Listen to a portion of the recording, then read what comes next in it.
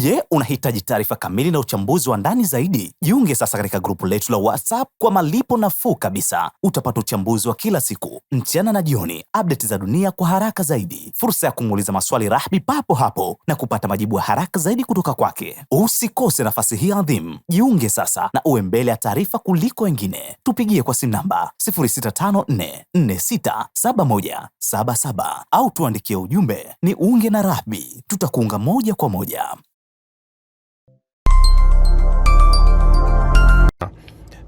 Ukitazama taarifa za jana jioni zilikuwa zikivuruga sana, wakati ambapo update zilikuwa nyingi.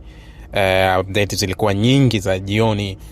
Kulikuwa kuna update ile ya Irani kufunga anga yake. Irani ilitangaza kuwa imefunga anga yake baada ya dalili kuonekana kuna tishio kubwa, lakini kulikuwa kuna taarifa ya Marekani kuondoa baadhi ya watu wake kwenye kambi yake ya Al Udeid kule Qatar. Marekani iliondoa baadhi ya maafisa wake, lakini taarifa ya kuonekana kwa ndege za kijeshi za Marekani zilizokuwa zimesafiri kutoka Honolulu, Hawaii, ambazo zinaonekana zilitua kwenye baadhi ya kambi zilizopo Asia Magharibi, zikiwemo za Qatar na kambi za Kuwait na kwingine. Hiyo taarifa ilikuwepo jana. Taarifa ilikuwepo ya kuonekana ndege ya waziri mkuu wa Israel Netanyahu ikiondoka kwenye ardhi ya Israel, na taarifa za awali zikasema haijulikani ilikuwa ikielekea wapi, lakini baadaye taarifa zingine zikasema ndege yake ilikuwa ikielekea Ugiriki. Pia ilikuwa ni moja ya taarifa ambayo ilikuwa jana. Sasa hali kama hiyo iliendelea kuweka pressure au iliendelea kuleta hali ya sintofahamu ndani ya Irani na eneo lote la Mashariki ya Kati, sambamba na taarifa iliyotolewa kwa jumla kati ya nchi za Ghuba zikiambia Marekani hazitaki kuhusishwa kwenye huu mzozo kabisa, na hazitaki ardhi yao itumike dhidi ya mashambulizi yoyote ambayo yanaelekezwa kwa Irani.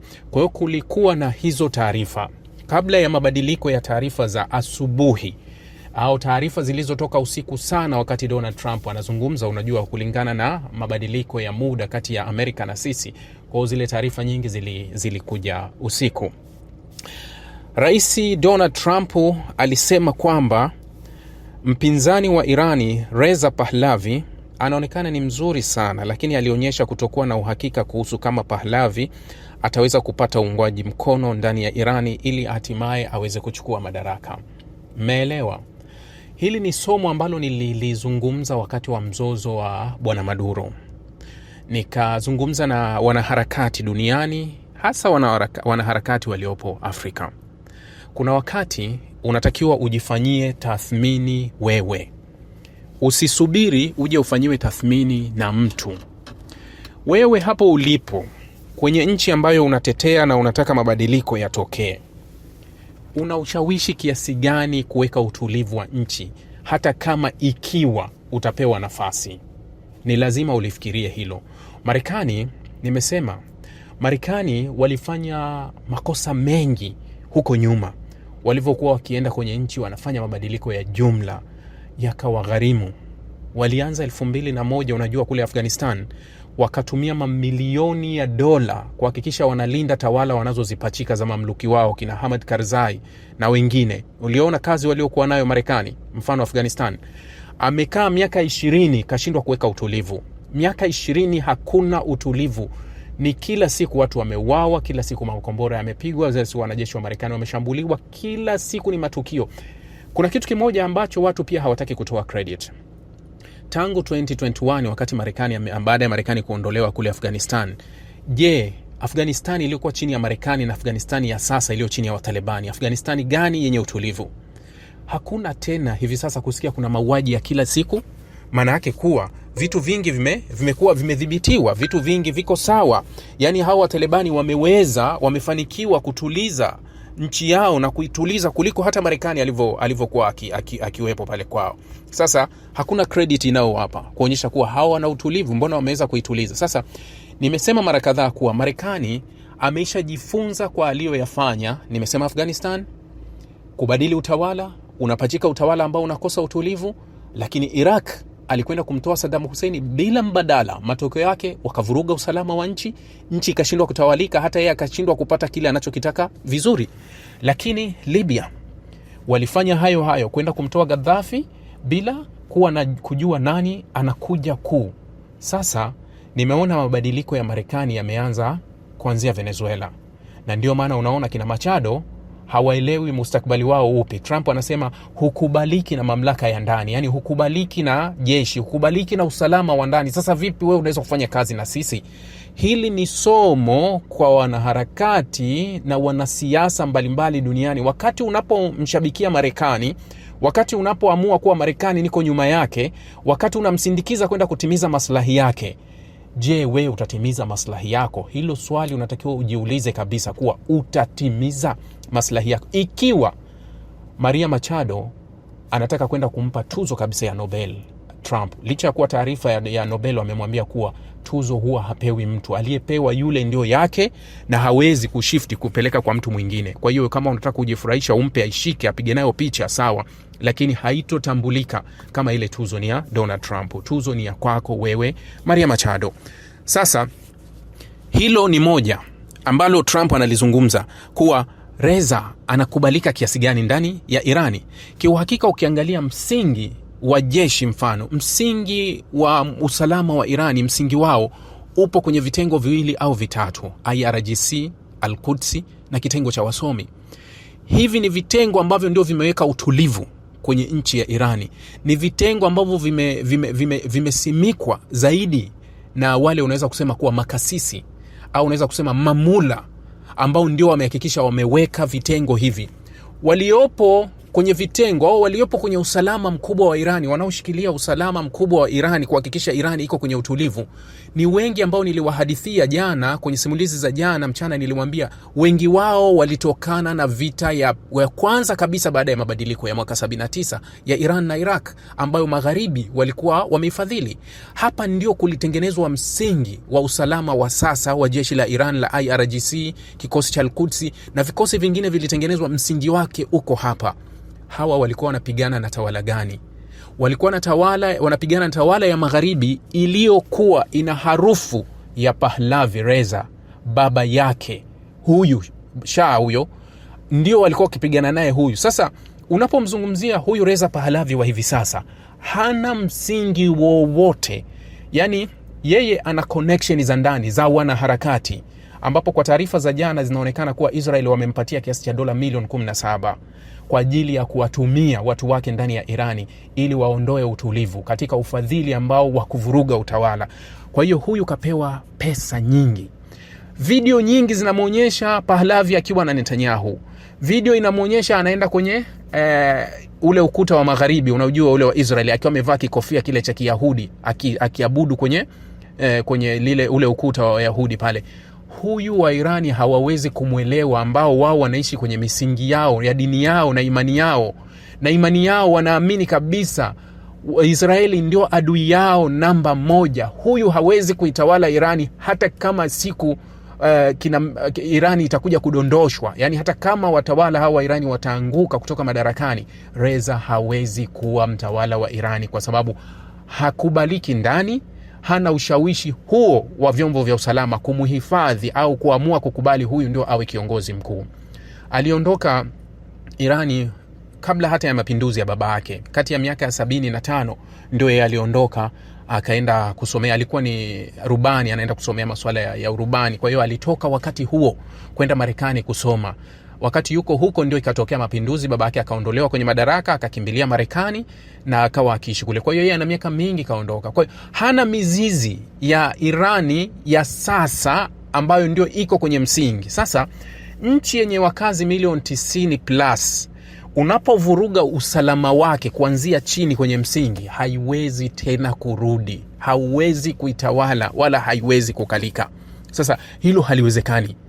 Sasa Trump anachokizungumza kwenye hili, anakosoa, anasema kuwa anasema katika mahojiano ya kipekee ambayo aliyafanya na Reuters katika ofisi ya Oval, Trump anasema kuwa kuna uwezekano kwamba serikali ya Irani inaweza kuanguka.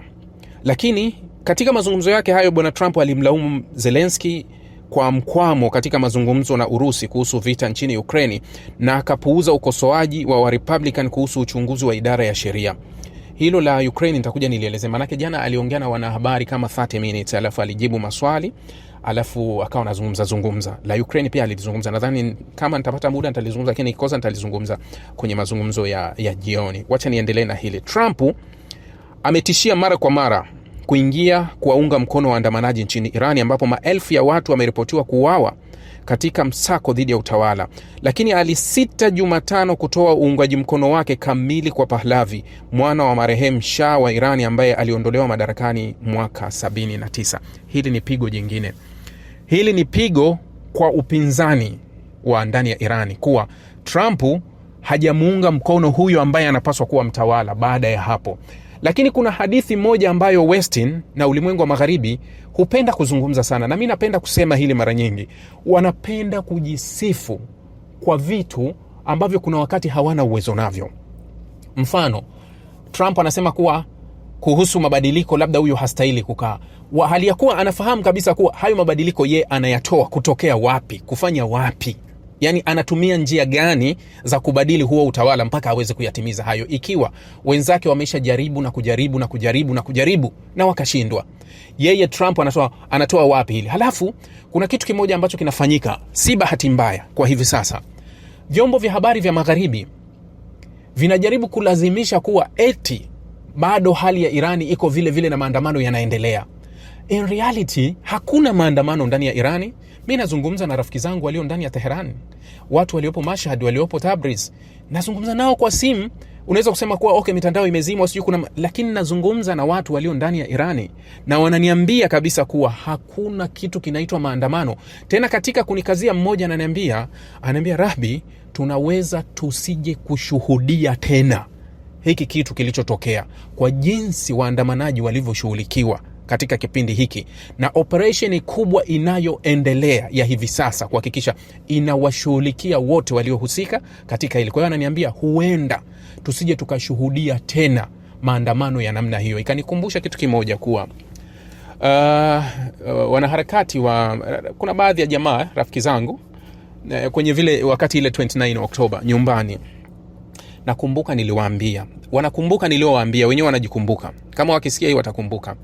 Niliwaambia hivi, mnao mtaji wa 29 Oktoba, nendeni kwenye meza mkazungumze, kwa sababu tayari serikali imeshawapa option, njoni tuzungumze, mengine yote achane nayo. Mmoja akaniambia hakuna, hatuwezi kujadiliana na serikali batili. Nikamwambia basi hiyo fursa mnaweza mkaipoteza na mkaikosa tena kama hunielewi, lakini nakuhakikishia, nikaona mwambie nakuhakikishia 29 October in this country ni ndoto kuja kutokea tena. Hakunielewa, lakini alivyokuja matukio ya mbele akawa ananiambia sasa na kuelewa kwa nini unataka. Akaniambia kwa nini unazungumza vitu kama hivyo, kwa mfano gani? Mifano iko mingi duniani. Nimeshazungumza sana kuhusu mabadiliko mengi yanayotokea duniani. Leo nilikuwa na brother wangu mmoja ananipa, anajua mimi najifunza kila siku, sitaki kumtaja jina, lakini mtu mmoja maarufu na mtu mkubwa ananiambia, mdogo wangu ngoja nikuongezee nondo leo. Nikamwambia niongezee. Ananiambia unakumbuka mabadiliko yaliyomtoa Hosni Mubarak Misri? Nikamwambia yes nakumbuka. Unakumbuka kilichotokea wale baada ya kumtoa baada ya kumtoa Hosni Mubarak katika ile Arab Spring? Aliyeingia madarakani alikuwa ni nani? Alikuwa ni Mohamed Morsi. Ananiambia Morsi aliachwa afanye kazi, ili kwa sababu Muslim Brotherhood ilikuwa ni chama ambacho kimepigwa marufuku, lakini watu walikuwa wakifanya harakati bado chini kwa chini. Lakini kurejea kwa Mohamed Morsi, Brotherhood walirejea kamili, wakimchagua rais ambaye anatokana na Brotherhood. Okay, Mohamed Morsi sawa. Baada ya pale Brotherhood walianza kufanya kazi kwa uhuru. Lilikuwa ni lengo moja la kutaka kuwatoa hadi waliojificha, yani pote walipowaamini kuwa wako huru na wako salama. Kwa hiyo wale walitoka wote, wakajulikana kabisa nani anawafund, nani alikuwa anawasupport, nani anatoka wapi. Kwa hiyo wakaskani kila kitu kujua Muslim Brotherhood wanatokea wapi, nchi gani na wafadhili, na walikuwa wapi, wanafanya nini. Nini kilichotokea? wakaanza kumhujumu Mohamed Morsi ili wamuondoe madarakani, na kilichotokea Morsi wakamuondoa madarakani. Baada ya kumuondoa Mohamed Morsi madarakani, walienda kuziba kila tobo la Muslim Brotherhood, kila kona waliwashughulikia, wakawakamata. Kwa hiyo lengo linakuwa hilo, kwa kuhakikisha kudhibiti kila kitu. So niliposema kuwa 23 haiwezi kutokea, maana yake serikali haiwezi ikafanya mistake tena ya kupuuza chochote. Tayari wameshang'atwa na nyoka, wanajua kabisa tundu za nyoka ziko wapi na zinaanzia wapi, tunatakiwa nani tumfuatie wapi ili tudhibiti nini kisije kutokea nini. Kwa hiyo unarudi kwenye hile 29 na so ndio kile anachoniambia huyu rafiki yangu kuwa huenda ndani ya Irani wasije kushuhudia tena walioyashuhudia haya, kwa sababu Irani itakwenda kuziba kila tundu ambalo lilikuwa limetoka. Sasa Pahlavi mwenye makao yake makuu Marekani, ambaye ana umri wa miaka 65, ameishi nje ya Irani tangu kabla baba yake kupinduliwa katika mapinduzi ya Kiislamu ya mwaka 79, na amekuwa sauti maarufu katika maandamano hayo. Upinzani wa Irani umegawanyika miongoni mwa makundi hasimu na makundi ya kiitikadi, ikiwa ni pamoja na watawala wa kifalme wanaomuunga mkono Pahlavi, na inaonekana kuwa uwepo mdogo wa mpangilio ndani ya Jamhuri ya Kiislamu. Trump alisema inawezekana serikali huko Teherani inaweza kuanguka kutokana na maandamano hayo, lakini kwa kweli utawala wowote unaweza kushindwa. Anasema hivyo. Iwe itaanguka au la, itakuwa kipindi cha kuvutia. Trump ambaye amemaliza mwaka wake wa kwanza katika muhula wake wa pili ofisini, aliketi nyuma ya ofisi kubwa wakati wa mahojiano yake ya dakika 30 na akiweka karatasi pamoja na kujibu maswali, lakini alitaka hii ni yati ya wa Republican, anazungumza kuhusu wa Republican. So nizungumzie kuhusu hili Irani. Akazungumza tena akasema hivi, Marekani huenda isishambulie Irani kutokana na taarifa rasmi ambazo yeye amepewa kuwa Irani haitowanyonga wale iliowakamata waandamanaji, haitowanyonga. Kwa hiyo anasema kuwa haitofanya mashambulizi. Lakini hebu weka mstari kwenye kauli, kwa sababu Trump mara nyingi hasemi ukweli. Weka mstari kwenye kauli, kwa sababu Trump si mtu wa mkweli, yani mtu hazungumzi ukweli mara nyingi. Kumbuka wakati 12 days war ile Juni, ilikuwa kwenye mazungumzo ambayo Irani, Trump alikuwa anazungumza na ambaye alikuwa yuko okay kabisa, tuko kwenye mazungumzo, yani wanazungumza kweli kweli haya mazungumzo, ambayo akasema ni mazungumzo mazuri na tumefika kwenye hatua nzuri. Lakini chini ya chini alikuwa akizungumza na Israeli, na Israeli wakaanzisha mashambulizi. Narudia kauli yangu ambayo huwa kauli anaisema kiongozi wa Iran Khamenei, anasema kuwa kosa lako moja kubwa ni moja tu, pale utapowaamini magharibi. Utapowaamini tu magharibi ndio litakuwa kosa lako kubwa. Sidhani kama Irani wanaweza kujiingiza kwenye mtego huu wa Marekani wa kusema kuwa Marekani ameshasema kuwa kila kitu kiko sawa na sisi hatutowanyonga, kwa hiyo hatutoshambuliwa. Hiyo haijaisha. Hii harakati ya kuhujumu utawala wa Irani haiwezi ikaisha wala kuondoka leo, kwa sababu lengo halijatimia. Kwa hiyo wataendelea na hilo. Sasa leo Irani wamefungua tena anga yao baada ya kuifunga, almost ilifungwa kwa 5 hours. Anga ya Irani ilikuwa imefungwa kabisa kwa ndege zote zisiingie, kwa hofu kuwa huenda kungeibuka mashambulizi ambayo yalikuwa yameratibiwa. Sasa anga imefunguliwa na maisha kama yamerejea, lakini bado kuna tahadhari kubwa na baadhi ya vitendo ambavyo vinaonekana sio halisi ndani ya Marekani na ndani ya Israeli, kwa sababu nimekupa taarifa ya awali kuwa Netanyahu ametajwa ndege yake kuondoka kwenye ardhi ya Israeli haipo, lakini wakati alivyokwenda kwenye ziara ya Marekani, unakumbuka hivi karibuni alienda ziara ya Marekani, alikwenda na mke wake, akamuacha mke wake kule Miami, yuko kule, hakurudi. Sasa kujua lipi? Taarifa ya nchi kubwa nyingi duniani jana iliwataka raia zake kutoka mataifa mbalimbali, walisema kuwa raia wao waliopo Irani waweze kuondoka, hata waliopo Israeli wengine walitakiwa kuondoka haraka iwezekanavyo. Yani vyovyote itavyokuwa muweze kuondoka, kwa sababu bado haijajulikana nini kinaendelea. Lakini kauli ya Trump imekuja kwa staili ile ile ya kuwa huenda serikali ikaanguka, au huenda tusiwashambulie, au huenda tu.